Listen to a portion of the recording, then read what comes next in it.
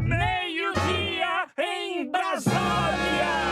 Diretamente dos estúdios da Jovem Pan e Panflix, começa agora... Pânico! Ao desembarcar, cuidado com o vão de trem e a plataforma. Muito bem, meus amores, diretamente dos estúdios 171 da Jovem Pan News.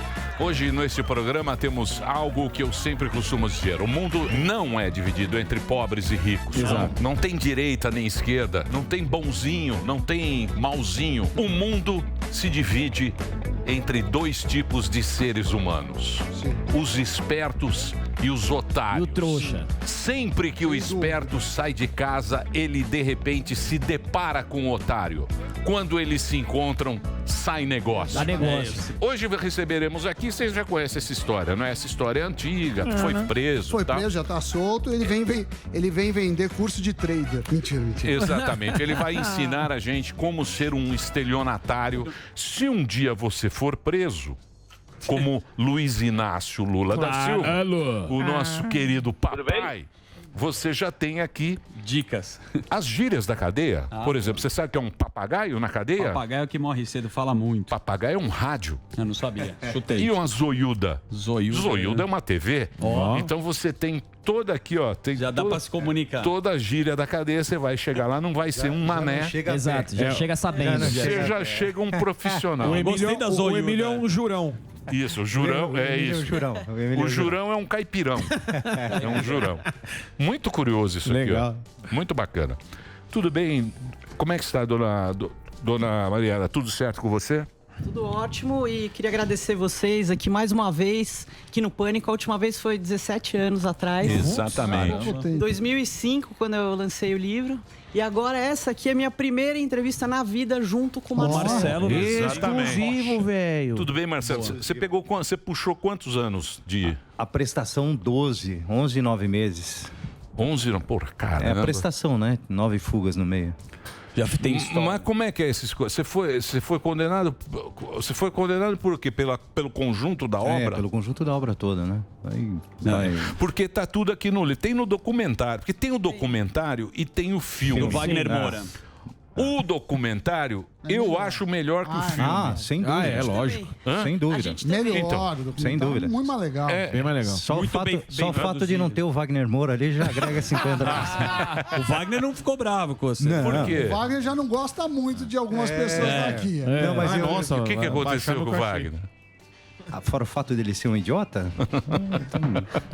Imbecil, não estudou. Mas o nada que aconteceu? O que aconteceu? Cara, ele não estudou nada sobre o personagem. Ficou uma história sem pé nem cabeça, enfim. E aí ele falou numa entrevista uma besteira. E eu acabei retrucando, depois ele acabou pedindo desculpa, ficou tudo certo, mas continua sendo um otário. Falou que você enganava velhinhas, não era isso? Aí eu falei que enganei foi a avó dele. Foi isso. Sério? Mas não foi a avó, foi a mãe.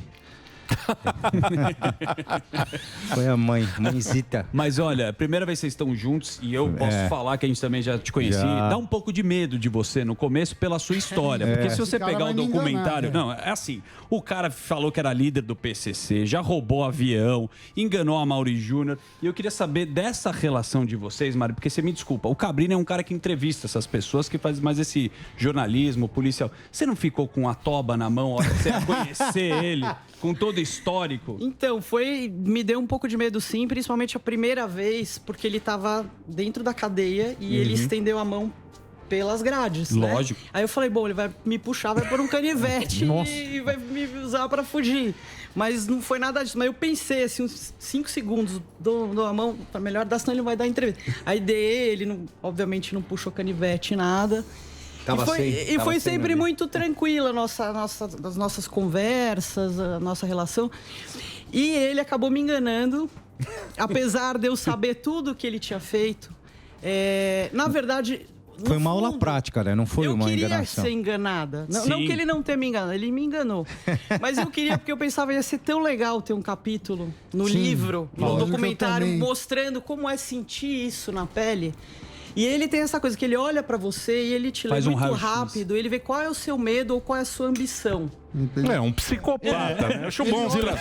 Legal que ele veio aqui. Ele aqui já olha 6 Isso, vê os 6 trouxas. Já olha e fala, onde é que eu vou? Ou você olha dessa análise ou você falou, cara, tem muita sensibilidade, mas de fato dá medo. Ô Marcelo, quando a Mariana chegou pra você pra falar, eu quero te entrevistar, fazer um livro e tal, o que você pensou a princípio? Você falou assim, isso aqui é uma oportunidade de conhecer minha história, a galera ter uma empatia comigo, ou o que você pensou logo de Não, início? na verdade, assim, cara, quando a Mariana me procurou, na verdade a Mariana estava me procurando já no tempo que eu estava foragido e deixava recados com a minha mãe, etc. E aí quando acabei sendo recapturado, eu já tinha decidido, era hora de dar um tempo mesmo, parar. E aí, qual a melhor forma de parar? É você ter a tua cara exposta aí num livro aí que acabou sendo muito bem vendido, né? Uhum. E aí, praticamente eu trabalhava com a cara, né? Então, eu colocava a cara em tudo que é lugar. Então, eu vi nessa ideia a chance de, vou contar a minha história e parar, né? E daí não resisti, acabei fugindo e... Né? Teve um pouquinho mais de história. Depois você chegou a fugir? Depois do que a gente gravou, que a gente terminou as gravações, fugi. O documentário? É. Que loucura, cara. Mas, aí você fugiu. Você tava no sul, né? Eu passei em 17 estados preso, né? Acho que sou o cara que mais conhece tempo prisional. Você fez aquela rebelião em lá Bangu. Ele fingiu ser o líder do PCC e saiu no Jornal Nacional. Na verdade, eu não fingi ser o líder. Eu fui porta-voz da união dessas facções, que eu prefiro nem citar o nome, etc. Né? Mas, enfim, fui o porta-voz dessa rebelião. Né? E acabei negociando e saindo tudo bem. Entregamos tudo. Ô Marcelo, mas isso aí é o quê? Seria um estelionato? Você é um estelionatário? Cara, eu apesar de ter condenação por estelionato, porque estelionato é o quê? Você ter um documento falso, um cheque falso, tudo se classifica como um estelionato. Os políticos, né? Poderiam estar todos lá. Não, esses aí esse é majorado daí, né? Ô Marcelo, mas você disse na questão de tá na hora de parar. Como é que funciona na tua cabeça essa questão do golpe? É uma coisa pra te satisfazer? É um negócio que você curte? No meio do golpe você pensa, você tem a consciência? Não, quando eu fazia isso, cara, não era nem pelo lance de grana, não. Eu fazia pela sobrevivência mesmo. Eu vivia daquilo. O golpe acabava sendo parte de um complexo de ter que fugir, de ter que se sustentar, etc. E via a oportunidade de fazer. Como hoje, essas tecnologias, essas plataformas que existem aí, as pessoas conseguem fazer golpes aí. Você pode estar tendo a tua conta hackeada, você pode estar tendo teus dados compartilhados, a pessoa pedindo cartão de crédito do seu nome e você não faz ideia. Eu presto consultoria sobre isso. Então eu procuro sempre... Você agora tá... Isso que eu ia te perguntar, Marcelo. Você fugiu, mas aí depois... Não, já acertei. Com a justiça já acertei. Hoje eu trabalho com produção. E desde então você tem trabalhado para ajudar as pessoas a eu presto consultoria para empresas, para bancos, etc., principalmente no quesito antifraude, né? Mas também tenho para técnicas de venda através de persuasão. Então, é uma gama de coisas. Além de trabalhar com alguns artistas, né? Mas hoje... Principalmente a minha vida é toda regrada, tem um direcionamento sobre muito técnica correto. de venda, inclusive, queria que ele contasse aqui para vocês como ele fez para vender uma mini DV. Que foi num programa. Num programa aí de entrevista. Conta, Marcelo. Foi. Ela ficou notória, né? Não sei se pode falar ou não, mas foi no programa do Danilo Gentili, que é uma entrevista que está no YouTube. E a gente fez um lance, a gente foi para 25 de março. E aí lá na 25 eles me deram uma fita que não tinha serventia alguma para alguém e falaram, então vamos ver. Primeiro o produtor deles tentou fazer a venda, não conseguiu. Aí eu fui lá e falei para ele, não, agora você vai chegar e vai falar para a pessoa que isso aqui, ela é uma fita, mas que dentro dessa fita tem o sonho dela. A fita valia acho que R$10, ele vendeu por 50. Mas simplesmente porque ele aplicou na pessoa lá que depois devolveram o dinheiro, tá? Devolveram o dinheiro, Só que aí era o seguinte, era uma mulher que ela ainda era solteira e tal. E ele falou assim, não, porque aqui todas as respostas pra sua vida estão nessa fita. O seu sonho foi mais ou menos, tá nessa fita. Daí quando ela soube, ela falou... Ele falou, o segredo da vida é justamente esse, né? Esse é o segredo. Ela quis ficar com a fita, porque É. ela achou que ia dar sorte, que aí ela ia casar, ter filho, poder gravar tudo aquilo na fita. Mais ou menos como a cigana trabalha, né? Passou agora o documentário do Tinder. golpista do Tinder. O golpista do Tinder. O golpista do Tinder, ele deu aquele golpe nas mulheres, mas ele não roubou nada. Sim. Ele Não acumulou Sim. riqueza. Ele não acumulou nada. Sim. daquilo. Ele tem um Ele patrimônio. só se divertiu. Parece que a pessoa gosta de ficar no limite. Sim. No limite entre. pego, é isso. né? É esse que é o. Adrenalina. Não, eu acho que não, Emílio. No meu caso, o que acontece? Quando eu comecei a fazer as coisas erradas, etc., eu acabei sujando o nome do Marcelo. Né? O meu nome, Marcelo Nascimento da Rocha, já não podia mais usar. Então eu tive que criar um outro personagem, fazer um outro documento, entrar numa outra vida e me manter fugindo. Né? Até que aquela vida queimasse. Então, eles foram sendo um consequência do outro. Tá? E lógico, eu ganhava grana com o que eu fazia, eu pilotava para cartéis, então eu tinha, obviamente, muita grana. E eu gostava de festar. Então eu ia para as melhores festas e etc. O Recifolia foi o mais notório, mas eu tive em várias festas. Eu O tive na Recifolia é o camarote que você engana o Amaury Júnior, né? Isso. Fingindo ser o Entrevista, filho manda do gol. dono da Gol. Então, essa ficou mais notória. Mas teve várias outras que me passei por outras pessoas. E depois, engraçado, que depois que eu saí, né, já em palestras, em faculdade, etc., eu conheci um monte de Marcelos por aí. Os caras chegam, teve um que inclusive é repórter da Globo, cara. O cara chegou e falou, você não sabe o que eu já fiz, cara. Eu falei, o que você já fez, cara? Ele falou, eu tava numa balada, tal, eu queria entrar no negócio, tal, eu fui lá, falei que era médico, etc., eu sou jornalista.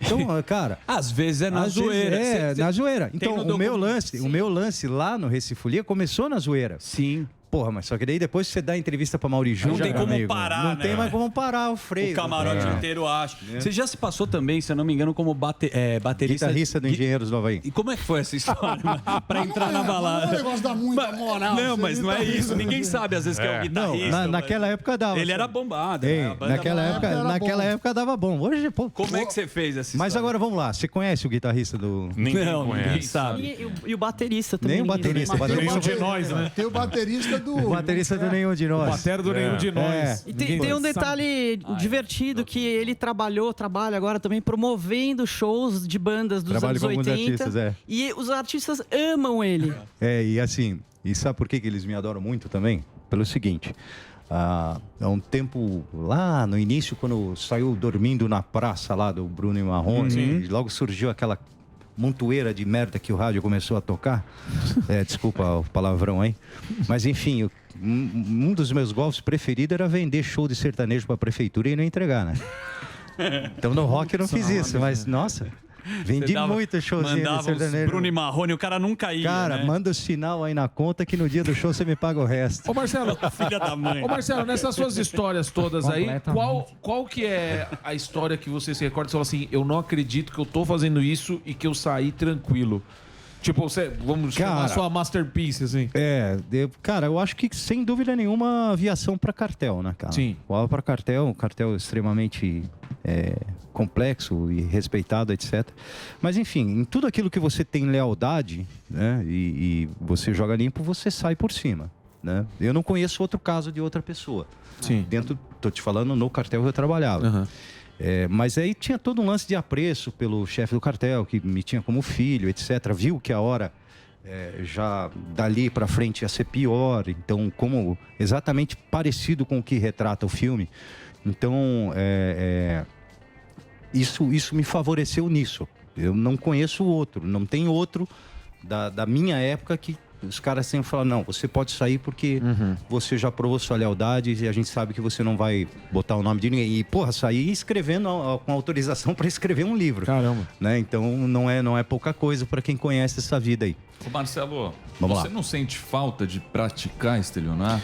Cara, Você tá na mais verdade, feliz assim, agora? o que eu faço hoje, cara? Tem um amigo meu que ele deve estar escutando agora, que chama Paulinho Mortandela. De vez em quando eu vendo umas ventristas de pacu pra ele, daí eu como, eu entrego, mas daí eu devolvo o dinheiro. Né, Paulinho? Tá Mas aí. só pelo prazer de... É só pelo prazer de deixar ele esperando a ventrixa e eu comer ela.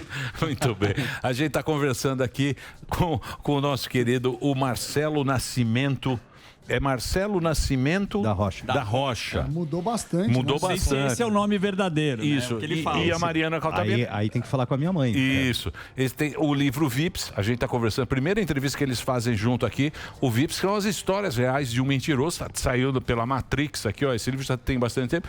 Inclusive, meu filho falou que foi o primeiro livro que você leu. Os primeiros livros que eu li quando Legal. E essa agora é a versão estendida, né? Essa versão do livro, ela saiu recentemente e conta tudo que o Marcelo fez depois do documentário. Ah, entendi. Legal. Entendi. Tudo não, né? Que ele tá me contando aqui, tava me contando aqui hoje que tem muito mais coisa que daria pra fazer uma série, inclusive. Sim. Mas já tem novidade aí, porque todo mundo me pergunta o que aconteceu, com ele. Como é que foi que você entrou em contato pela primeira vez com a história do Marcelo? Então, a primeira vez foi vendo o programa do Amaury Júnior, que ele contava que tinha sido enganado. Eu achei hilária aquela história. Aí eu pesquisei mais e vi que tinha uma matéria enorme na revista Época, que contava todas as outras coisas que ele fez. Vi lá o nome da mãe dele. Aí fiz meio um trabalho assim de detetive, descobri onde que ela trabalhava. Liguei pra ela, ela falou assim, olha, o Marcelo fugiu de Bangu, não sei nem se ele tá vivo. Mas se ele aparecer, eu te aviso. Aí deu uma semana, ela me ligou, falou, ele tá preso aqui em Curitiba, se você quiser fazer esse livro, esse filme é agora. Aí eu peguei e fui Até pra mandar lá um beijo pra ela, que ela sabe... tá ouvindo agora, minha mãe, Josélia, a Cíntia. Minha Viu, Beijo Marcelo? pra dona Josélia, pra Cíntia. Ô, Marcelo, você sabe um negócio que me impressiona pra caramba? Porque tudo bem, esse negócio de celebridade e tal, baterista do Engenheiros, a Mauri Júnior, você chega ali, tá todo mundo bebê, você fala, pô, faz parte. Beleza, isso aí faz parte, tem muita enganação na história. Agora, fugir de uma penitenciária... Pô, é a parte mais fácil, Emilhão. Putz, como é que é o tutorial? Não venha com esse sorrisinho, não. Não vem com esse sorrisinho que é fácil pra você. Isso que me... Sabe? Agora eu vou fazer um novo livro. Na verdade, eu escrevi um livro que chama Fábrica de Monstros. Também é pela antiga editora Jabuticaba. nossa, né? Pela Jabuticaba. Mas agora eu vou escrever um só sobre autoajuda para não cair em golpe e como se fugir. Ah, boa. Né? Aí. Não, porque é bom, porque as pessoas... Não, é que, tô de brincadeira. Essa parte de fuga aí, cada uma tinha uma coisa... Eu nunca fui por buraco porque eu era gordo e nem porque... Mas teve uma pela rede de esgoto, não teve? Mas eu saí primeiro, foi essa de Bangu. Eu saí aguentando a cadeia e daí pulei na rede de esgoto para não tomar tiro. Mas até por aí. Você saiu de quantas penitenciárias você vazou? 9. 9? Caramba, meu. Que coisa, cara. Muito louco, né? Agora quando a gente fala de fuga de penitenciária... Deixa eu só perguntar. Ó, o livro novo tá aqui. Aguardem. Esse livro novo tá aqui. O documentário tá onde, Net? O documentário, se vocês entrarem no nosso Instagram. Marcelo Vips Oficial, o link pro documentário tá na bio. O documentário ele ficou 10 anos na Netflix, foi um dos mais vistos da história da plataforma. E agora a gente decidiu deixar ele aberto para todo mundo poder ver. E tá nesse link. Então põe o link aí, ó. Põe o link. Inclusive nessa página nossa, que a gente criou agora há pouco Marcelo tempo. Vips Oficial, a gente criou ontem, justamente para vocês terem acesso fácil a esse... E nós vamos começar a postar vídeos lá também. Né, dando dicas pra galera escapar aí de furada. Você sabe por quê, cara? A gente tá falando de estelionato, tem o Pix agora. Tem. Não tem um ano, já teve 3 milhões de golpes no Pix. Só no Pix. É uma loucura. Então, uma loucura. Bem esse lance mesmo, sabe? A gente começar a mandar uns lances de autoajuda aí pra galera ver esses vídeos. Então, vai lá no Marcelo Vips Oficial, porque com certeza a gente vai postar uns vídeos que vai ser interessante. Principalmente pra você que tem um familiar idoso em casa, tal, etc. Muito que golpe, acaba, velho. Você já caiu em golpe algum? Já tentaram. Como foi? Já tentaram. Mas é daquela ligação do WhatsApp, a ligação premiada, aquela... O cara liga, geralmente é a galera do Nordeste que dá esse aplique aí. Nem você vê o 085 lá, você já fala, já sei o que é, meu. O cara liga lá, que é da produção do Faustão, você foi premiado. Você só escuta aquele barulho do jogo de futebol rolando lá atrás, pra não perder muito tempo. Mas você fica noiando o cara que tenta te dar golpe, dá golpe ao contrário. Eu já falava pro cara, que faculdade que você tá aí, filhão? Já dá o papo logo, porque não tenho tempo pra perder com você. Agora, sabe uma coisa que me impressiona bastante? A imprensa também acaba, às vezes, facilmente sendo enganada, né? E o público. Às vezes divulga, é aquilo que a gente até costuma falar, né, Mariana? Que com dinheiro no bolso você é quem você quiser. Se você entrar numa balada com dinheiro no bolso, o cara não quer saber se você é o Emílio. É porque você já tem a cara conhecida. Mas se você não fosse conhecido, você chegar lá e falar, meu, eu sou conhecido no Serasa. Não, e às vezes até sem querer o público acaba sendo confundido, na Justiça Civil também, né? Sim, claro. Muito conhecido. Muito. Justiça Civil também. Capivara da volta. Capivara, já tá Por dando a volta no exemplo, prédio. eu ouvi assim alguns veículos, né, recentemente, falando assim, Caltabiano agora é Maquilarte, né? E essa informação, na minha visão, ela não está correta, porque a minha família não está mais à frente do negócio, entendeu? Entendi. E do jeito que falam, parece que a gente tá. Então, assim, por que eu tô falando isso? É que às vezes assim a gente tem que prestar muita atenção nas coisas que saem na imprensa, né? Sim. Principalmente hoje. E hoje em dia, o que acontece, por exemplo, que nem os caras falam da tal da Terra plana. Isso. A Terra plana é um negócio dos anos 50. Quando voltou a internet, quando começou esse negócio de internet, se você colocar no Google, Homem à Lua, vai aparecer todas as conspirações, todas as histórias, a história de Terra plana. Por quê? Porque tá tudo junto. Tá tudo confuso. Então, às vezes, hoje em dia, o cara fica com preguiça, o jornalista fica com preguiça de pesquisar, ele vai lá, joga, faz uma pesquisa rápida e aí sai esse monte de erro, né? Por isso que a gente presta um desserviço à população. O nosso programa é um desserviço. Total. Não leve nunca nada em conta do que a gente fala aqui. Só meus shows. Eu tenho uma dúvida. Marcelo, tem muito golpe financeiro, né? Desde o Madoff, que acho que foi o maior do mundo, que saiu uma crise internacional, até pequenos youtubers que falam, olha, como eu estou remunerando dinheiro, vou pagar esse café. Pura mentira. Você já chegou a praticar algum golpe financeiro ou já tentaram aplicar? Porque eu vejo muito. Nunca na verdade, Sami, quando saiu eu conheço e estudo profundamente isso aí, sempre para estar um passo à frente, porque justamente eu dou palestra para evitar isso para o meu cliente. Mas se você for ter uma ideia, quando saiu esse tipo de golpe de plataforma, principalmente vamos falar em um que está forte hoje, que é o atrativo aí da criptomoeda. Sim. Né? O tanto de otário que está caindo nisso, velho, é impressionante. Ficar rico que a criptomoeda... aí você pode me corrigir. Você sempre tem um ativo que você usa por trás. Você fala, não, eu vou investir em boi gordo. Já teve golpe de boi gordo, já teve de avestruz. Já teve de tudo. E a criptomoeda, por ser um negócio que ninguém entende, é perfeito. E a rentabilidade é absurda. Mas aí que tá, porque o que acontece é aí onde tá, nesse momento que nós estamos falando agora, você pode ter certeza que tem bastante gente sendo enganado, né?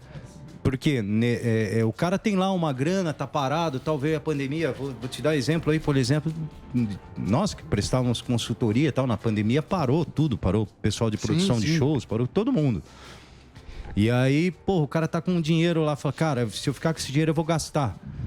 Vou investir em alguma coisa. Vai lá o cara e fala, não, vem aqui, vou te colocar no Betacoin, no Bitcoin, como fala o nosso querido senador, Bitcoin.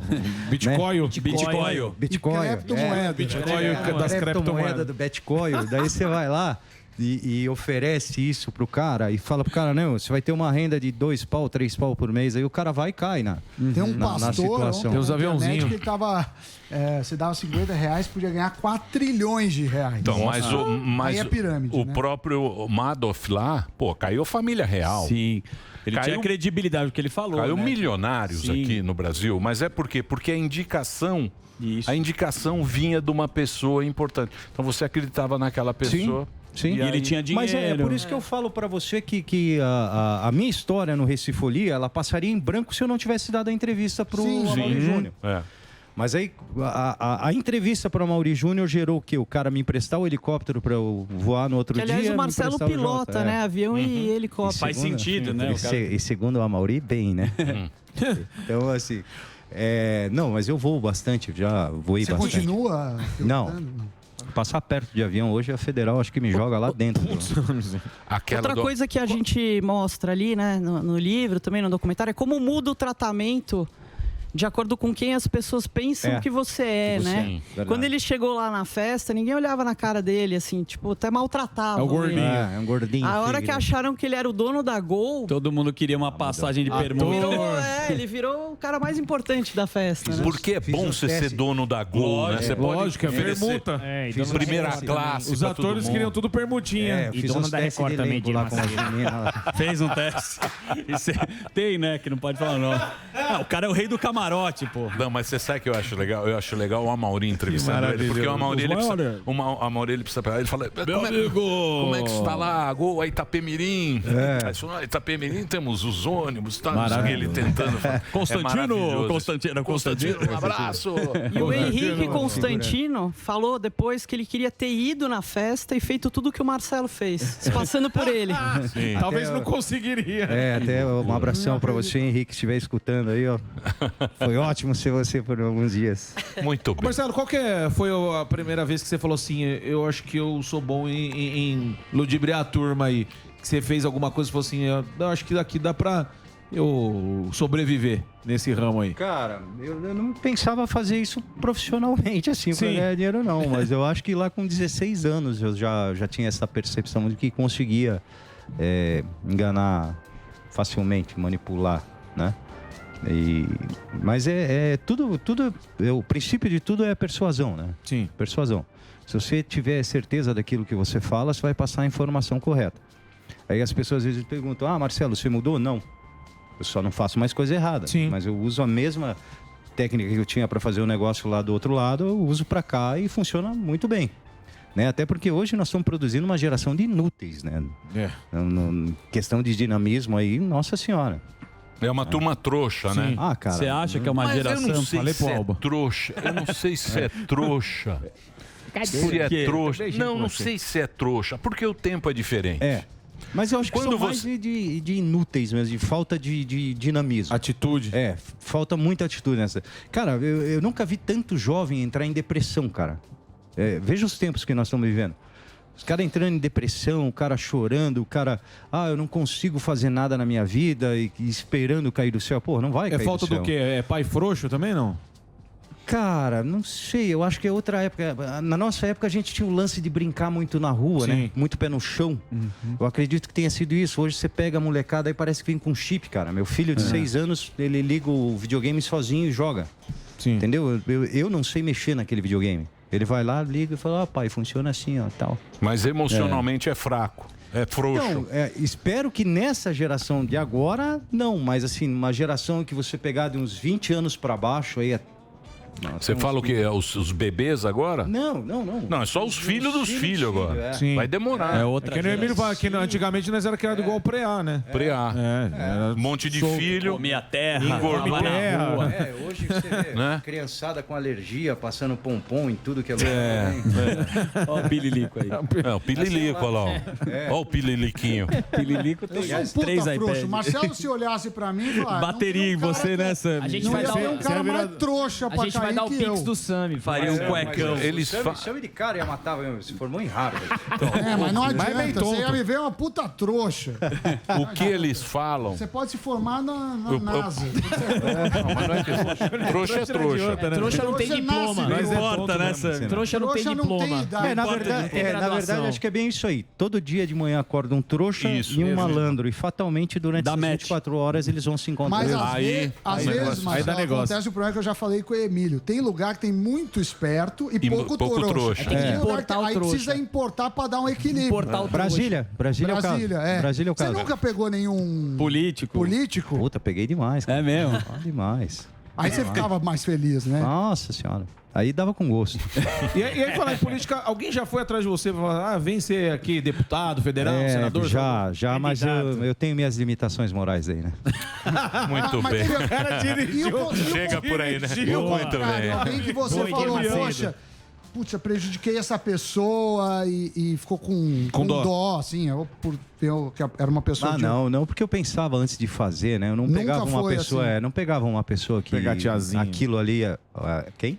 Não, digo A tiazinha, a uma vozinha. senhorinha. Em geral, as vítimas deles são pessoas que querem se dar bem. É isso aí. E nem sempre de forma lícita. Mas sempre com posses, etc. A única exceção mesmo foi a mãe do Wagner Moura. O cara ficou pilhado. Muito bem. Eu queria agradecer a presença. Obrigado, viu, Mariana? Mariana, esse Obrigada aí, talento. pessoal. Escreve muito. Ela tem grandes produções, é uma grande produtora. Vamos esperar que melhore aí o negócio aí, que tem investimento na cultura aí. Faz coisas muito bacanas, o Zubalando, muito material bacana desta moça que está aqui. E também a presença do Marcelo, que a gente está conhecendo essa figura hoje pessoalmente. Esse livro já é um clássico, é uma reedição, né? Uma edição atualizada e ampliada. Está aqui da Matrix, já está vendo. Se você posso passar o seu Instagram? É Marcelo Vips Oficial. Marcelo Vips Oficial. Lá tem o documentário, que é muito legal, é de graça para você. Ah, não, esse é só o seu? Ou não? É tudo, né?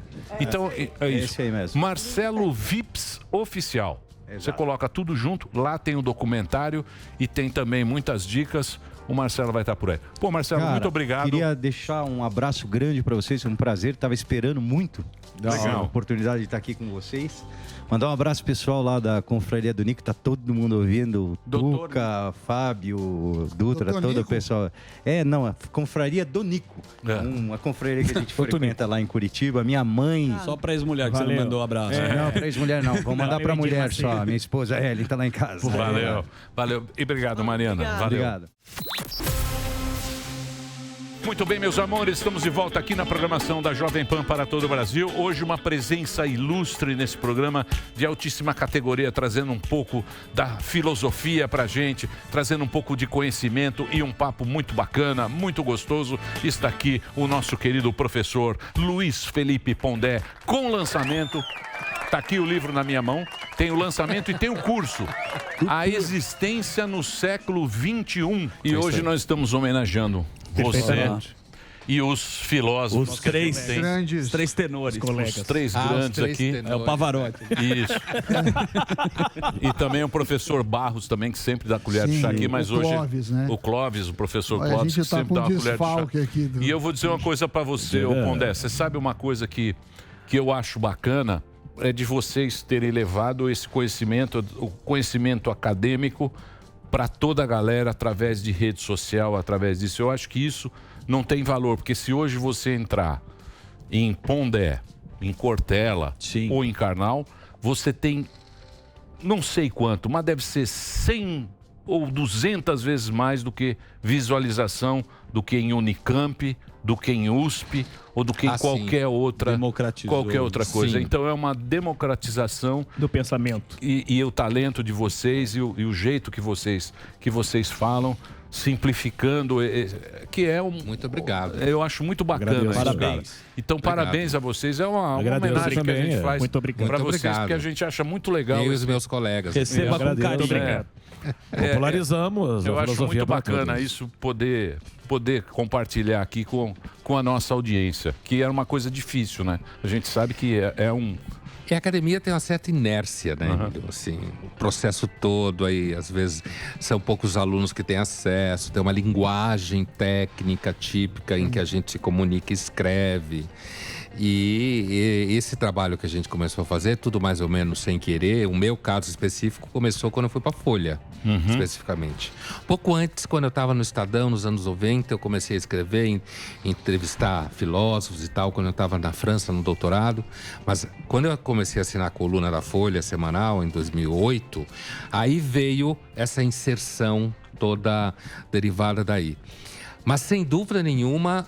Acho que o trabalho que a gente faz, cada um no seu nicho, com seus temas e tal, a gente tem um repertório construído profissionalmente e a gente tem, por uma série de razões, inclusive por uma questão de temperamento, de jeito e tal, a gente pega esse repertório e oferece ele numa linguagem simples, direta, ocupada com questões que ocupam as pessoas reais, mas sem negociar o conteúdo.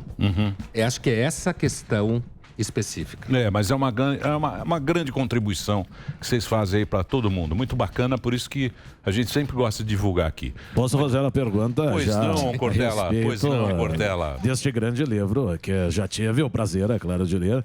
E eu quero falar da nota 18, que você diz que o fracasso humaniza. Mas eu queria saber de você se é depois do sucesso ou antes, se ele prepara as pessoas para o sucesso. Então, obrigado pela sua pergunta. Muito caro bonita. colega, né? Então, assim... Que viagem. Aquele tom de voz do Cortella, né, que ele pega. Então, assim, olha... Essa frase, o fracasso humaniza, ela tem uma história aí. Agora é o seu. É hora da babá. Eu escrevi pela primeira vez em colunas da Folha, né? E ela significa o seguinte: quando você tem muito sucesso, você tende a achar então que o mundo é igualzinho como você pensa. Há um processo de crescimento do ego, normal. Você começa a achar que todas as ideias que você tem são maravilhosas. Você começa a perceber que grande parte das pessoas não tem sucesso igual. E isso normalmente levará você ao que a gente pode chamar de desumanizar, né? Você começa a achar que você nunca vai sofrer. Você começa a achar que você nunca vai fazer uma cagada, certo? E... quando eu falo o fracasso humaniza, e a sua pergunta é muito bem-vinda, quer dizer, só vale se você já teve sucesso e depois fracassa? Não, acho que não. Agora, tem um quê relacionado ao sucesso mesmo. Como aquela anedota que se conta aqui em Roma, quando um general entrava por Roma e tinha vencido uma porrada de gente, era aclamado, e a população de Roma gritava. Imagina você entrando em Roma, centro do mundo, daquela região, e todo mundo gritando. Imagina quanta riqueza, sei lá, quantas mulheres você ia ter, porque você estava no topo do mundo e tal.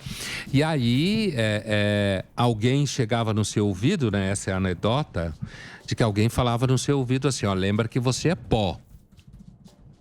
Porque na hora, imagina, né? Então essa frase, ela tem um pouco esse sentido aí. Agora, eu não acho que é só no cenário de alguém que tem sucesso e, portanto, tem que lembrar que pode fracassar.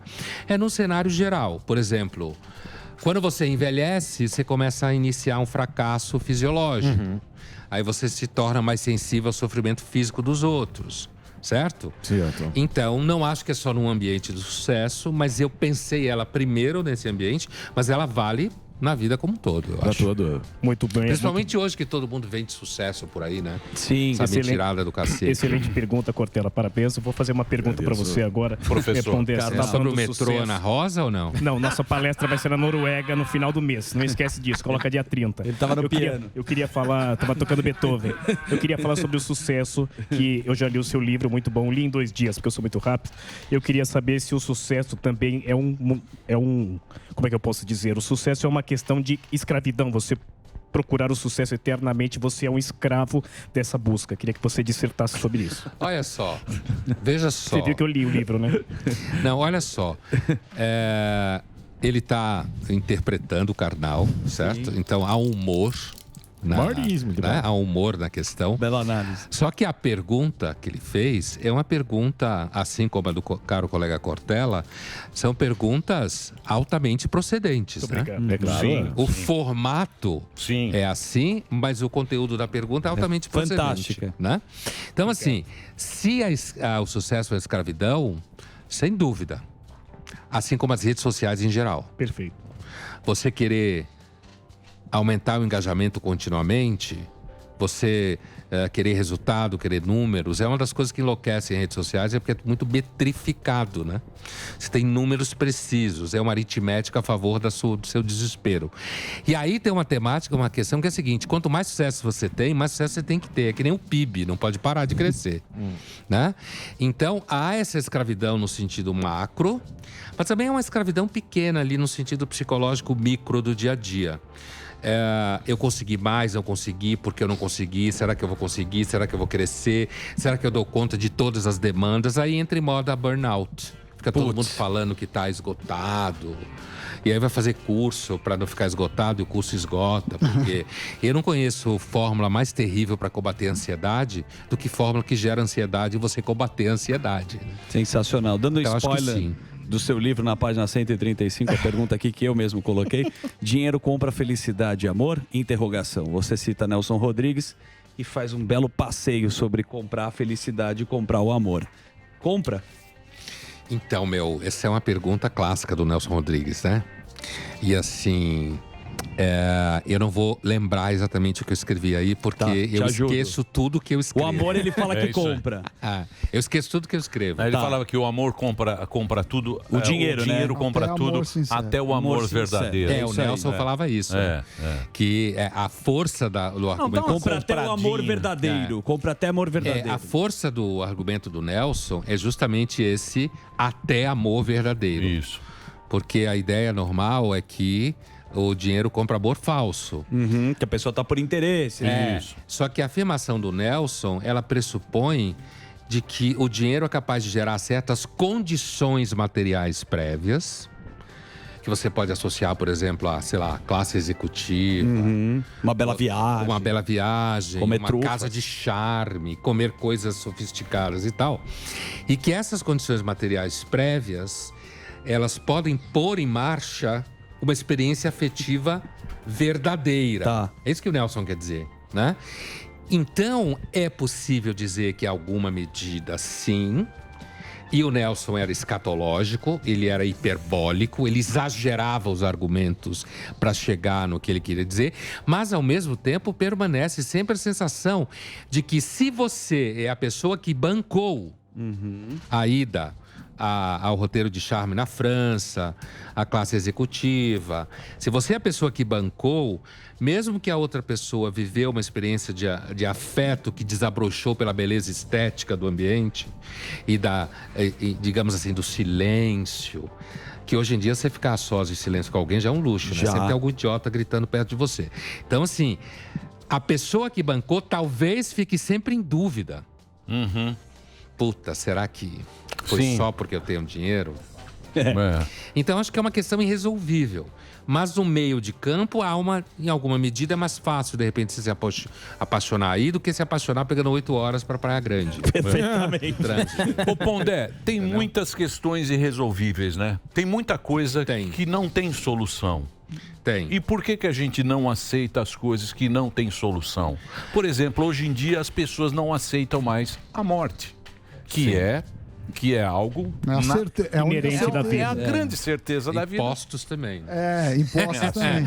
A morte e impostos. Mas alguns conseguem fugir dos impostos. A morte não dá para fugir. A grande certeza que a gente tem é que a gente vai morrer um dia, não é? Você sabe, você nasceu, você vai morrer, não tem jeito. Tá lá.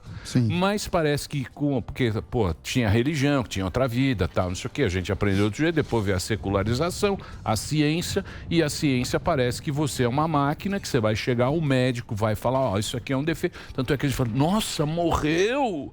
Como ele morreu? Porque morre. 90 anos e morreu de repente. Nossa, É um pré-requisito pra estar vivo. Da idade. Por que aconteceu? Qual foi o processo de não aceitar mais que a gente é finito, que a gente vai pro saco? Olha, acho que dá para dar pelo menos 2 respostas para essa questão, que eu acho que são válidas. Na diferença histórica, a qual você se referia, secularização e tal, afastamento da religião, há uma questão que é o seguinte: as pessoas começaram a viver mais, a tal da longevidade. Para alguém dizer, morreu com 90 anos, né? E isso aparece, por exemplo, na percepção de idade. Quando você estava no século XIX, a literatura francesa descrevia a mulher de 30 anos como uma mulher que estava com 30 anos, não casou ainda, fudeu. Sim. Certo? Se você pegar essa idade hoje, não seria 30 anos, seria 50, de repente. Ou 45, para usar o argumento como uma régua clichê, né? Quando você tinha alguém com 30 anos, há 300 anos atrás, e morria com 30 anos, era chocante, mas hoje seria muito mais morrer com 30 anos. Então, você empurra, 50 anos ainda é jovem, e você vê, por exemplo, pessoas com 50 anos, 60 anos, usando roupa tal, com a percepção, com um visual tal, com opções de vida que provavelmente não teria. Por exemplo, uma mulher de 60 anos ou um cara de 60 anos era visto como um vovô e uma vovó. Velhinho. Certo? Então, que não deixa de ser verdade, né? Não, continua sendo Não, é que verdade. tem os mais velhinhos agora, né? Você tem os os de 80, neo-idosos, de como alguém 90, fala. de 100 anos. Neo-idosos. De 50 mas não é bom. 70 A boa idade. é idoso, mas não é tanto. Por quê? Porque tem chance de ter mais saúde. Você tem algumas pessoas que ainda têm possibilidade de participar da cadeia produtiva, que é uma forma de dignidade absoluta no mundo contemporâneo. Você gera riqueza, você gera trabalho. Então, você não é o vovô. Você é fulano que está inserido em tal cadeia produtiva e faz tal coisa e continua tendo valor. Então, acho que tem isso, sabe? Um processo histórico de ampliação da longevidade, de melhoria das condições sociais e de saúde, que afastou a percepção da morte, que se morria em casa. Hoje você morre em hospital. Né? Hoje morrer em casa é um puta pepino do cacete. Se você não tiver amigo médico, isso vai parar, vai ter que parar no legista. Vai investigar. Certo? Vai se investigar. É um puta pepino do cacete. É anormal. O normal é morrer longe, distante, morrer de forma profissional. E eu acho que tem uma outra coisa, Emílio, que é o seguinte. Aí é um antropólogo americano falecido já, chamado Ernest Becker, tem um livro primoroso chamado Negação da Morte, maravilhoso, um livro de 74, em que ele faz uma análise e a hipótese dele, que é muito interessante, é a seguinte: ele usa psicanálise e tal, darwinismo, é que aqueles que ficavam o tempo inteiro pensando na morte, que ainda existem, e ficavam o tempo inteiro com consciência da morte, não conseguiram reproduzir tão bem e sobreviver tão bem. Então a hipótese dele, que ele chama de negação da morte, que é o pessimista. É o pessimista cara pessimista, vive menos. É o melancólico, é o deprimido. Mas isso está na moda. Sobrevive. Hoje está na moda ser infeliz. Então, mas publicamente é espetacular. As pessoas você abraçam atrai, mais. né? É. Você tende a procurar mais, a receber mais abraço, mais gente que adora Mais você. curtidas. Bom, desde sempre, isso vale para economia, acho que vale para qualquer campo da vida, o ser humano se compara. Então, todas as noções são comparativas. A própria o Miles Davis, na música, falava que ele ficou famoso na época que se tocava muita nota por fazer um som com menos nota, em uma das fases dele. Você acha que... E aí, se a gente olhar por esse prisma, a gente melhorou a estimativa de vida, qualidade de vida, acesso a entretenimento, mas as pessoas estão mais infelizes, assim. Você acha que o segredo é você ficar numa bolha onde você é o comparativamente melhor dessa bolha? Sei. Que você consegue se comparar com os outros e ficar melhor. Porque é natural. A comparação faz parte do ser humano. Não há dúvida de que quando você, por exemplo, é reconhecido como alguém que tem mais méritos ou teve mais sucesso, você estabelece uma situação em que você se olha e diz, não, eu estou melhor do que eles, né? Mas sabe, também assim, eu acho que isso não é tão evidente porque não sei se isso pode levar você a um auto-reconhecimento e uma autoestima alta no sentido de, porra, eu sou fodão. E você vê isso em comunidades, às vezes. Total, você vê isso em universidade. É um ambiente... que o cara é a cabeça daquele lugar que pode ser até pequeno, depende da comparação. Só que ele vai ser super odiado. Essa é a questão. Esse é o preço pelo sucesso. É insuportável conviver com uma pessoa que aparentemente é melhor do que você. Em tudo. E tem gente que gosta de ser melhor em tudo, né, Cefa? A respeito do livro, porque você fala da força do ódio. E atualmente vivemos muito haters nas redes sociais. A força do ódio, ela faz mal mais para quem tem ódio ou para quem recebe o ódio dessa pessoa? Olha, caro colega,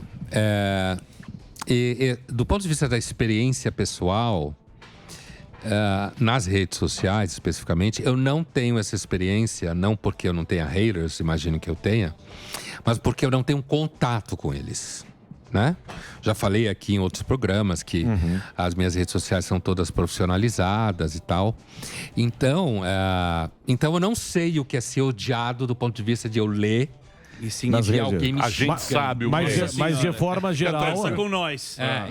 Mas de forma geral, a força do ódio ela faz mal mais para quem? Para quem excluindo tem ódio. Essa questão que é muito pontual hoje em dia, Veja bem, eu tenho a impressão que depende muito de uma razoável autonomia que você tenha. Por isso que eu comecei falando disso. Porque assim, se alguém te odeia, mas você não depende tanto do reconhecimento dessa pessoa para conseguir ficar de pé, então talvez não faça tanto mal para você. Se esse ódio se multiplica num número muito grande e começa a inviabilizar por onde você circula, provavelmente esse ódio vai fazer muito mal para você que é odiado, né? Então acho que depende um pouco da estrutura psicológica da pessoa, da situação social em que ela se encontra, da condição dela na cadeia alimentar, né? Você tem que lembrar às vezes que ser odiado em algum nível, principalmente hoje, pode significar que você tem alguma consistência para um lado ou para o outro, né?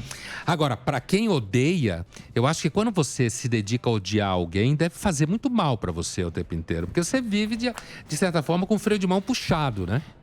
Você vive odiando alguém o tempo inteiro, você vive para a pessoa que se odeia, né? Com certeza. Pegando este gancho, você gosta também de conteúdo judaico e tem a Torá oral, a Torá escrita. E os filósofos acho que fazem a mesma coisa, né? Escrevem e discutem isso. Quando a gente pega em rede social, as pessoas interpretam o texto de uma forma completamente aleatória e não uma certa. Você acha que precisa mais do diálogo ou as pessoas precisam interpretar melhor o texto? Filosófica, minha pergunta. Muito bonito. Então... A filosofia platônica nasceu de diálogos em que o Sócrates era o professor e conduzia seus discípulos, inclusive para Platão, né? Um deles. Eu tendo a achar, e eu sempre dei aula partindo desse pressuposto, de que é necessário um diálogo, a tal da dialética grega, né? Não a hegeliana, é necessário um diálogo, inclusive porque... A experiência me mostrou, e não só a mim, qualquer professor que se der o trabalho de prestar atenção nisso, que quando você traz o aluno para uma experiência mais próxima da realidade dele, ele tende a assimilar o conteúdo melhor. Então, por exemplo, se você está querendo dar aula de Otelo do Shakespeare, voltando à pergunta que a gente viu aqui. O Iago, ele odiava o fato que o Otelo era melhor que ele, né? E a forma que ele encontra para destruir o Otelo é fazer com que ele ache que a mulher dele o está traindo, a Desdémona. Quando você consegue trazer uma pessoa para a experiência de ciúme, ou você consegue trazer a pessoa para uma experiência em que ela conviveu com alguém que ela tinha raiva porque era melhor, tirava trauma, nota boa, não estudava, mas tirava nota boa, que é um ambiente típico de escola, de universidade, ela entende melhor o que está no jogo. Então eu sempre parti do pressuposto que você dá aula dialogando, você traz a pessoa para dentro da questão. Agora, diálogo nesse sentido de hoje não há diálogo, né? Não há diálogo, debate muitas vezes é uma situação fetichizada. Ninguém tá nem aí para ficar escutando o que nenhum quer dar sua opinião. Por isso que você faz mesas de debate, são mesas que na realidade ou todo mundo pensa igual ou não vai para lugar nenhum. Certo? Sim. Então, acho que é um fetiche com relação ao diálogo. Se é melhor interpretar melhor, aí depende do repertório da pessoa, né? Boa. Pois não, Carnal. O senhor escreveu aqui, todos querem ser reconhecidos em suas pequenas identidades. Eu gostaria de saber porque hoje você ser relevante, a busca pela relevância é algo muito comum, principalmente nas redes sociais. É um novo xingamento, é ofensivo você falar você não é relevante. Essa busca pela relevância sendo do conhecimento, estética, o que você pensa nisso e querer ser relevante, ser importante? Eu acho, na realidade, essa discussão toda vinculada, digamos, ao banal das redes sociais, extremamente chata, né? Assim, essa fúria para ser relevante o tempo inteiro. A própria ideia de relevante significa que você faz alguma diferença naquilo que você faz. E essa diferença é reconhecida por pessoas. É uma das grandes tragédias do ser humano e uma das grandes mentiras do marketing pessoal é que você é reconhecido porque você diz que é reconhecido. Essa é uma das tragédias do ser humano. Você só é reconhecido pelos outros. Seja porque você é escroto, porque você é capaz, porque você é legal, é o outro que tem a última palavra. E essa palavra pode não ser a que você quer. Então, eu acho que com o surgimento das redes sociais, essa característica do que os sociólogos chamam hoje de busca do reconhecimento, que é o que você está falando, né? Ela se transformou numa verdadeira epidemia. E aí, como isso inclusive é precificado, então você quer se tornar relevante pelo seu estilo de vida, pelo que você faz. E aí você de repente começa a se tornar especialista em livros, né? E aí cresce isso para tudo quanto é lado. Isso vai atraindo pessoas porque o repertório é uma das formas nas redes de você mostrar relevância e na vida do dia a dia. Então, eu acho que isso é uma necessidade humana natural. Ou seja, ser reconhecido pela pessoa que está perto de você, pela sua mãe, pelo seu pai, pelos seus filhos. À medida que a sociabilidade foi crescendo, há um nível de busca de relevância no convívio social. Só que esse nível de busca de relevância, ele ficou durante milênios e milênios estabilizado. É o muito rico, era muito bonita, era o super guerreiro, era a mulher que era uma super mãe, sei lá, tinha formas sociais repetitivas de reconhecimento e relevância. Com a modernização, isso começou a mudar, quer dizer, o mecanismo de estabelecimento de relevância começou a mudar, de alguma forma se ampliou as oportunidades, ainda que muito pequenas. Quando chega no mundo do marketing digital, aí essa busca de relevância das pessoas se esparramou pelo mundo inteiro. Então você quer relevância na sua pizza, no seu sapato, na sua opinião absolutamente banal sobre qualquer coisa. E se você não reconhece essa relevância, a pessoa se ofende. Eu quero que as pessoas absolutamente me achem relevantes o meu hábito de colecionar caramujos. Certo? Isso é super importante, porque colecionar caramujos é a forma como eu me enxergo, a minha autoestima está associada a isso, e aí você acaba ficando ridículo. Eu faço uma pergunta. Pois não, professor. Eu vejo aqui num capítulo, você diz, faz uma pergunta, será que a verdade é um caminho estreito para a felicidade? Dito isso, você diz que a mentira pode ser um ato de misericórdia também. Então, a pergunta que lhe faço, a mentira pode ser então também um caminho para a felicidade? Sem dúvida. De duas formas também, de novo. Uma, né?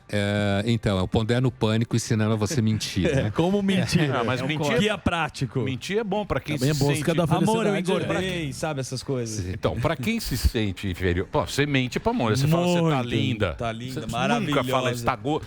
Jamais fale, você tá Amor, gorda. eu engordei. É uma mentira... A mentira ajuda. Sim, você me ama. Claro, muito. Muito, eu te amo. Só mentir, muito bem. Vamos lá. Então, olha assim... Tutorial. Eu acho que tem uma mentira rodriguiana que tá no fundo dessa nota também, que é quando o Nelson falava mintam por misericórdia. Então, eu diria que essa é uma mentira profundamente enraizada na experiência humana, que tem um pouco a ver com o que vocês estavam brincando aqui, que é uma pessoa que fala a verdade o tempo inteiro. Puta que pariu. Insuportável. Não dá. Você não consegue viver com a pessoa. Dá pra ver um filme, né? É normalmente alguém que tem problema. Sim. Por isso que é o pentelho ou a pentelha que faz isso. Então, eu acho que nesse sentido tem aí na ideia do Nelson que assim, para você ser razoavelmente feliz, você precisa de misericórdia de muita gente à sua volta. Que eu acho que é uma das boçalidades da tecnologia do coach, é dizer para você que você vai conseguir, que você vai dar certo, não sei o quê, que é muito ruim. E aí, esse sentido portanto, a felicidade depende de um certo conjunto de virtudes, inclusive que os outros têm em relação a você. Misericórdia é uma delas. Um outro sentido, aí é no sentido que eu acho que vai pelo marketing hoje em dia, é que acredita-se que se você mentir muito, você vai ficar feliz. Passa a ideia de felicidade, que sua vida é maravilhosa, que você é uma pessoa especial até quando vai ao banheiro, quando toma café da manhã, tudo em você é super diferente. Essa mentira leva a uma felicidade que me parece que é a felicidade, sei lá, da vida editada, né? Que eu acho que é uma felicidade que na realidade gera ansiedade. A do Nelson, acho que está mais alocada numa experiência ancestral. Sabe? Como eu falo no livro, da história dos 400 anos do jardim, quando aquelas mulheres vão para a Inglaterra fazer uma visita a jardins em casas, e elas veem um jardim muito bonito numa casa, batem na porta. É uma anedota que alguém me contou um dia, eu coloco numa das notas. Bate na porta, vê uma senhorinha, abre a porta, e aí elas perguntam, mas... A senhora, esse jardim é muito bonito, há quantos anos vocês cultivam esse jardim? A senhorinha responde 400 anos. Na realidade, não, 700 anos. Eu errei o meu próprio texto. 700 anos. Ou seja, tem coisas que demandam um cultivo muito longo. E hoje, com a pressa do digital, mais ainda do que já era, você tem que ser feliz logo em 13 minutos. Falando no digital... Então tem que mentir. Ou 15 segundos, né? Minha avó deu uma aula Queria ter sobre conhecido isso. a sua avó empaiada. Minha avó fez bodas de ouro. Ia festa e tal. Bodas de ouro, 50 anos 50 de casado. E lá eu perguntei pra minha avó. Fui lá pela Vó. uma sabedoria de um idoso, é a coisa melhor do mundo. Sentei no colo da minha avó e falei, vó, qual é o segredo para se ficar 50 anos casado? Está casado com o vô há 50 anos. Ela olhou assim para mim no fundo do meu olho e falou assim, meu neto, seja cínico e minta.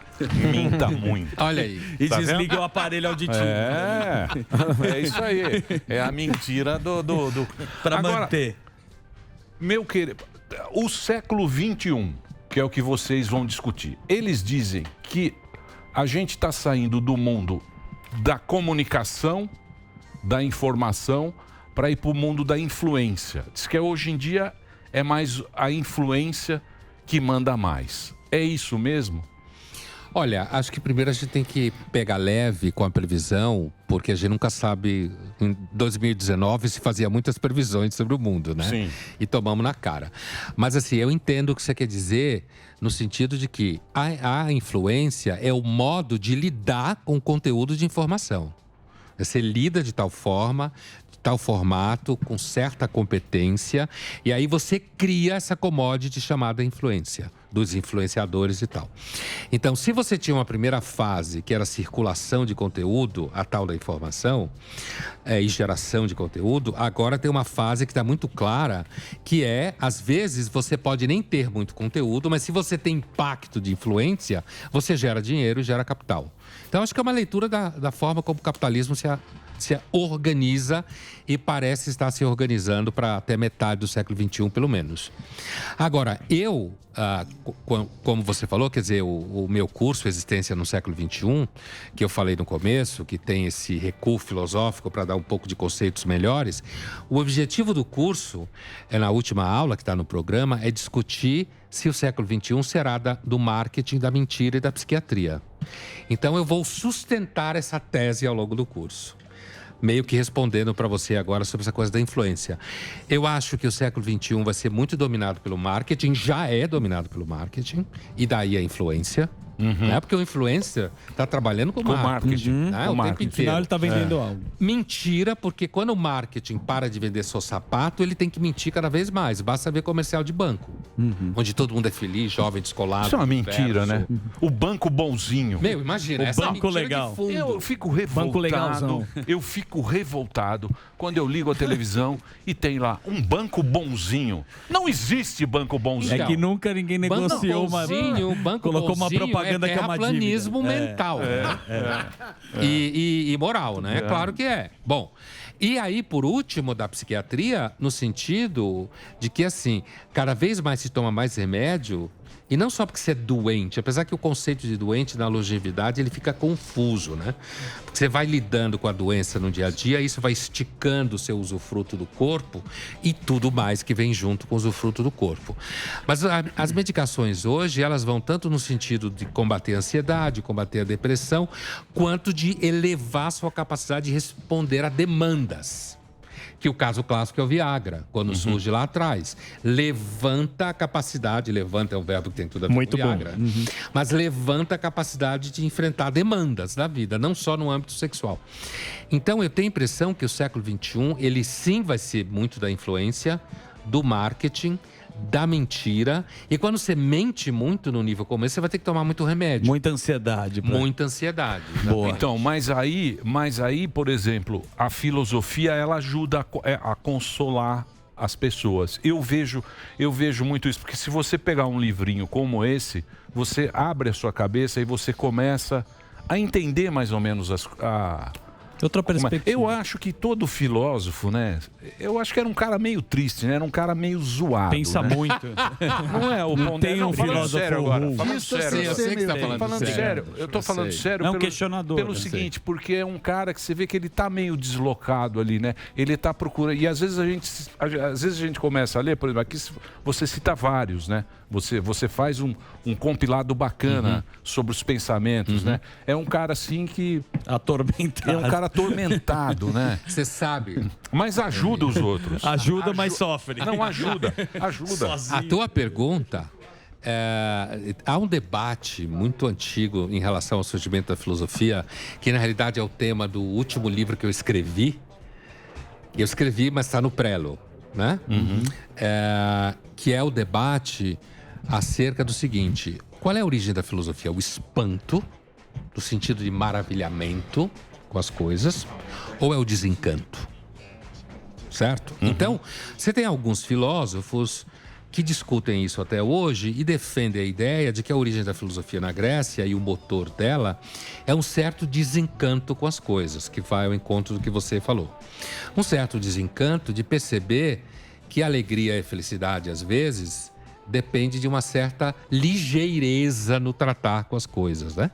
Superficialidade. Então, isso é uma tese forte. É claro que há aquela referência a um autor da época do Aristóteles chamado Teofrasto, que disse, durante muito tempo se achou que era Aristóteles mesmo, que os homens mais inteligentes que ele havia conhecido eram melancólicos.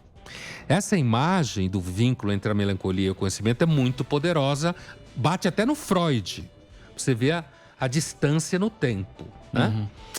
Então, assim, sem dúvida nenhuma, talvez o conhecimento gere um certo desencanto, um olhar meio cético, como a da sua avó, quando respondeu para você, certo? Agora, ao mesmo tempo, se o ser humano é alguém que quer entender coisas, como dizia o velho Aristóteles, entender as causas, possivelmente sim, a filosofia gera alguma consolação, porque, aliás, consolação é um tema da filosofia. Sim. Desde a antiguidade. Você tem livros com esse nome. Livro da consolação, consolação através do sei do quê, consolação e a graça. E você tem consolação pela filosofia, é um tema clássico na história da filosofia, né? Não é um nome qualquer, é um conceito. Então, quando você vincula a filosofia à consolação, sem dúvida nenhuma, um dos papéis da filosofia do conhecimento sempre foi a ideia de que quando você entende melhor as coisas, talvez você saia de uma posição ingênua, mas você consiga entender de uma forma um pouco mais profunda. E por isso se acalme. Daí a ideia de consolação. Talvez seja isso. É isso Talvez seja isso. Isso é um tema muito clássico, a filosofia. Bonito. A consolação. Muito bacana, professor. Muito bonito. Bom, mais uma vez eu queria homenagear você. Pondé, nós trouxemos aqui os nossos queridos Cortella. Não sei se você tem mais alguma colocação aqui para o programa. Tem, professor? Esse cara é um cara incrível que eu faço... Tenho o prazer de sempre palestrar ao lado, eu e nosso querido Karnal aqui. Com toda certeza. E pedir para as pessoas comprarem um livro. Comprem um livro que está incrível. Muito bem. Tem que fazer a foto depois. Isso é lógico. Mais uma vez eu queria agradecer aqui a presença do Pondé. Luiz Felipe Pondé está aqui com o livro Infelicidade para Corajosos, à venda. Acabou de sair, você compra aí nas livrarias aí virtuais ou então na livraria física. Show. Que é o momento que a gente está precisando, né? A infelicidade para corajosos. São exercícios filosóficos e, mais uma vez, homenagear você também aqui com o nosso querido Karnal e com o Cortella, que são pessoas que levam o conhecimento acadêmico para todo mundo aí nas redes sociais, no YouTube e tal. Só avisando que eu fechei uma palestra para sexta-feira na Barra Funda, tá? Se prepara. Não foi Ana Rosa? Ele vai tocar piano, outra. você vai cantar. Isso aí é muito bacana. Você tá tranquilo ou não? Tô tranquilo. Tá? Trabalhando bastante, sobrevivemos à pandemia até então. Sim. Né? Sim. A pandemia, eu lembro que eu tive aqui no Pânico no comecinho da pandemia. Estava com a toba na mão. Ninguém falava de máscara ainda. É verdade. Não havia essa discussão de máscara, não sei o quê. Eu lembro que você perguntou para mim, você acha que a gente está sendo irresponsável aqui? Sim. Você lembra disso? Você acha que o quê? No final, que a gente foi... Bom, a gente sobreviveu até então, né? Estamos vivos. A verdade é que nós estamos mais acostumados à epidemia do que a iPhone, cara. É isso aí. Nós vivemos, a espécie vive epidemias há muito tempo, né? É um sofrimento. Você sabe que eu tive um pensamento desse negócio aí da pandemia, quando veio a pandemia, porque a gente teve que trabalhar. A gente parou aqui 15 dias, aí falou, tem que voltar. Tem que voltar. Tava gostoso. Aí eu falei, pô, tá gostoso aqui em casa, né? Não sei o quê, mas tem que voltar. Mas aí eu vim com medo. Mas eu falei, eu tenho que ir. Né? E aí ficou aquele negócio, negacionista, você é um negacionista de lá. Aí eu pensei comigo. Porque quando eu tava vindo, eu tava pensando no carro. Eu tava olhando, tinha algumas motos, tinha pouca gente na rua. Vazia. Mas tinha algumas coisas funcionando. Aí eu falei assim, eu acho que você achar que você não vai morrer, porque eu falei, eu não vou morrer. Eu não vou pegar o vírus e vou ter que trabalhar, porque eu tinha que trabalhar. Eu não tinha outra alternativa. Eu falei, eu acho que é uma defesa nossa de ter que ir, né? Você tem que enfrentar aquilo. Não é negacionismo. O negacionismo... Isso é outra coisa. Negacionismo é outra coisa, eu acho. O que é? Não, negacionismo é sair de casa. Não. Na época era. Pô, você é um negacionista, o que você está fazendo Sim, aí? sem dúvida nenhuma. É um rótulo. Mas no começo houve uma radicalização como em tudo e a discussão virou assim quase... quadrada, né? Se você, por exemplo, lockdown, lembra da época do lockdown? Sim, foi essa época. Então, se falava em lockdown, não podia se falar quarentena ou confinamento, que era pobre. Lockdown em inglês é melhor. Bonito. É muito. E, né, como sempre, essa coisa brega de achar que a palavra em inglês é melhor. Whatever. E aí tinha uma whatever, né? E aí outra coisa era assim, se você não era a favor do lockdown radical, lockdown, como se falava com a mão assim, né? Lockdown, quer dizer, então você era um negacionista. São Paulo, essa discussão que eu levei em vários lugares, assim, era necessário o afastamento. São Paulo nunca conseguiu fazer lockdown como Nova Zelândia, como China. Wellington. Sim. Como Wellington, É. certo? É. Ou seja lá o que for. Por quê? Porque você tem uma situação social. A epidemia é um quadro médico que tem uma face para a medicina e uma face para a sociologia. Então, acho que a discussão, ela ficou empobrecida, como tudo hoje quase fica, mas eu nunca pensei em alguém que saía para trabalhar como negacionista. Eu sempre entendi o negacionista como alguém que tem um discurso do tipo assim, não precisa tomar vacina, a epidemia não está matando gente, é uma invenção chinesa para fazer... É por isso que eu falei que eu não entendia o que você fez como negacionista. Entendi. Mas seria um negacionista sair na rua no lockdown. Porque aí ele fala, não, mas você... radical, sim. Não, aí ele fala assim, mas você é essencial. Mas tinha um monte de gente que precisava trabalhar, é essencial também. Claro. É uma confusão, né? Isso foi... Então, mas é confuso mesmo, e sempre foi, porque as fronteiras entre o que é privado e o que é público, quando entra em jogo uma epidemias são quadros coletivos de que o comportamento individual impacta o comportamento público.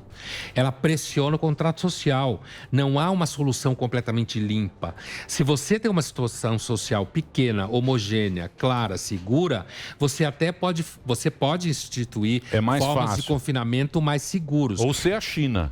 Ou China quando também. você tranca todo mundo, Nem né? discute. Mas quando você não tem essa situação, uma pessoa que... Eu lembro de um sujeito que deu uma entrevista no auge da pandemia, que ele falava assim, eu tenho muita pena, eu acho que os motoboys deveriam ter direito de também ficar em casa. Só que ele estava pedindo comida pelo iFood, pelo Rappi, entendeu?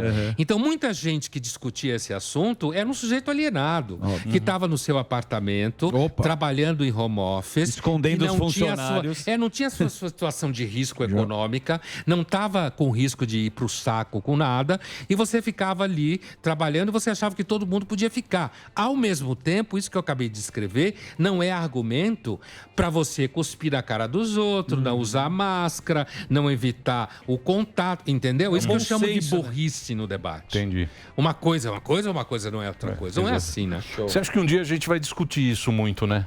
Esse período, né? Acho que vai, né? É provável que sim, quando a gente se afastar um pouco, apesar que a memória social vai ter esquecido. Sim. Porque na hora que se parar de usar máscara, Emílio, vai pro saco a memória. Vira uma micareta. É porque não acabou o uso de máscara. A máscara hoje mantém a memória coletiva. Porque a mídia, mesmo em termos numéricos, já desapareceu. Sim. Em alguma medida, as celebridades da pandemia que surgiram começaram a perder força. Isso. Porque não tem mais a commodity. Não tem mais a da pandemia pauta. pra segurar, É, não tem mais a pauta. A pauta. Isso mesmo, não tem mais a pauta, né? Boa.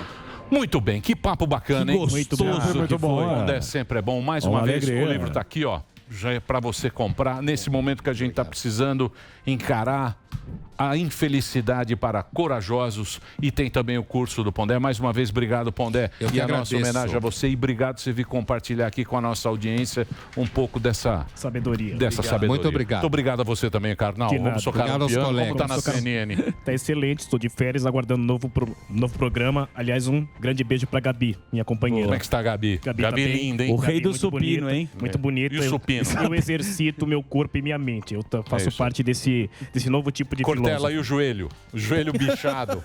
Tô andando aqui com a minha bengalinha. Vamos. Cortella tá que com vamos. Zé Alex, Pereira ligou que ninguém deixa o Pondé falar. Meu Deus. Zé Pereira, se você quiser ter um curso, vamos dar um voucher. A existência do século XXI. Como a gente não deixou ele falar? Quer dar um falou pra caramba, né? Perguntas Vamos perguntar pra fundamentadas plateia. no Liga pro livro. Plateia fantástica. Melhor. A plateia sempre tem razão. É. Nós deixamos o Pondé falar, mão positiva. Positivo ou negativo? Todo mundo acha que falou. Aí, ó. Olha lá, ó. Ah, o Zé é fã? Então, Ah, ele liga pra ele faz também. o programa do Pondé. Faz. Vamos Faz na colocar o Jovem Pan WhatsApp. News. Vamos colocar o Contrata o WhatsApp Pondé. ele. Vamos colocar o WhatsApp do Pondé, né? Põe lá. Faz o Põe show do Põe Pondé. o Pondé Aí direto a ao gente não ponto com o Pondé. Tem tanto programa pra ele ir, né? Vai. Pô, Zé, queimou a gente. Não, fiquei triste agora. Vai pedir nossa cabeça. Não é legal, né? É que o Zé é o nome máximo. O Zé, né? o Zé, Mas se ele escalão, falou, ele tá certo Top. também. Não, ele tem razão. Então, a gente vai tentar na próxima bonitinho. dar mais espaço. pro Eu não Pondé. senti isso. Eu senti. Eu acho que ele falou bem. Você tá com o Zé? Você é Tim Zé? Eu acho que ele falou bem. Tim Zé, pois é. Porra, que merda, hein? Ô, Emílio. Pois é. Emílio, é o seguinte, meu, vocês não deixam o cara falar, pô. Ouvindo aqui o Pondé, tanta coisa interessante, vocês ficam aí, colocam um cara de peruca e um careca.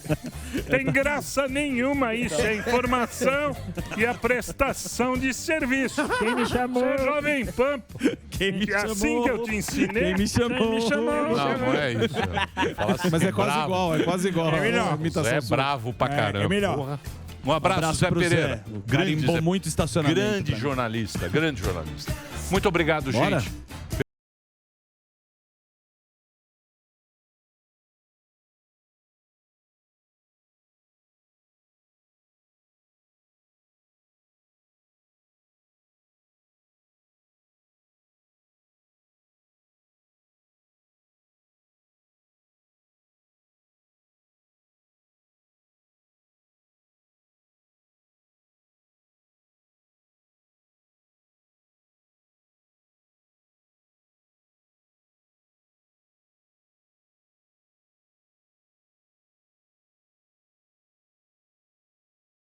Necessariamente a opinião do Grupo Jovem Pan de Comunicação. Realização Jovem Pan News.